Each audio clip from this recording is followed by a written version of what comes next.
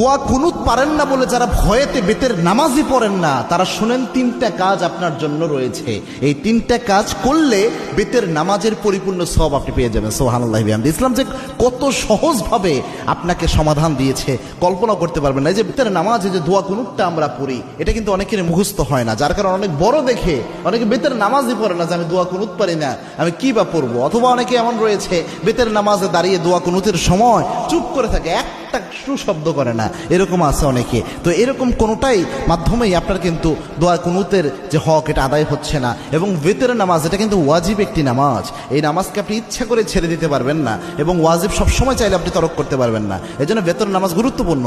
এবং কি আল্লাহর হাবিব সাল্লাল্লাহু আলাইহি ওয়াসাল্লাম বলতেন, ইন্নাল্লাহা বিতরুন ইউহিব্বুল বিতরা, আল্লাহ রাব্বুল আলামিন নিজে বেজরকে আল্লাহ রাব্বুল আলামিন নিজে ভালোবাসেন। সুবহানাল্লাহ। এবং আল্লাহর হাবিব সাল্লাল্লাহু আলাইহি ওয়াসাল্লাম সফর অবস্থায়ও প্রায় সময় চেষ্টা করতেন বেতের নামাজ যেন ছুটে না যায়। আল্লাহু আকবার। এই জন্য বেতের নামাজ মা বোন যারা রয়েছেন, বিশেষ করে আমার যুবক বাবা ভাইয়েরা যারা রয়েছেন এবং আমার বাবাজিরা যারা রয়েছেন, বেতের নামাজে আপনি দোয়া কুনুত পারছেন না, আপনি কি করবেন?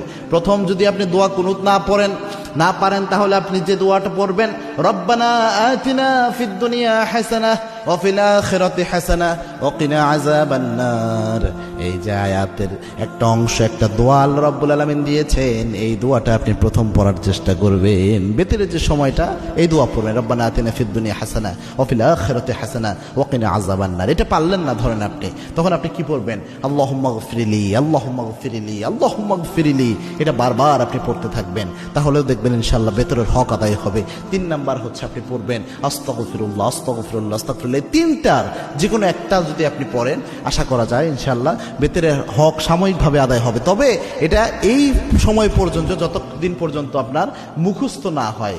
আপনি চেষ্টা করতেছেন মুখস্থ করার জন্য, পাশাপাশি এটা দিয়ে চালায়া যাবেন। এটা আপনি সারা জীবন করবেন, এটা কিন্তু হবে না। দুনিয়ার সব আপনি মুখস্থ করতে পারেন, মাথায় রাখতে পারেন, আর যেটা মৌলিক একটা বিষয় ইসলামের, এটা মাথায় রাখতে পারবেন না, এটা কিন্তু হতে পারে না। এই জন্য চেষ্টা করবেন যত দ্রুত সম্ভব কয়েকদিন রিডিং পড়েন, রাতের বেলায় ঘুমানোর আগে দোয়া কুনুতটা রিডিং পড়েন, দেখবেন ইনশাআল্লাহ আস্তে আস্তে মুখস্থ হয়ে যাবে। আল্লাহ রাব্বুল আলামিন আমাদের আমল করার তৌফিক দান করুন। আল্লাহুম্মা আমিন।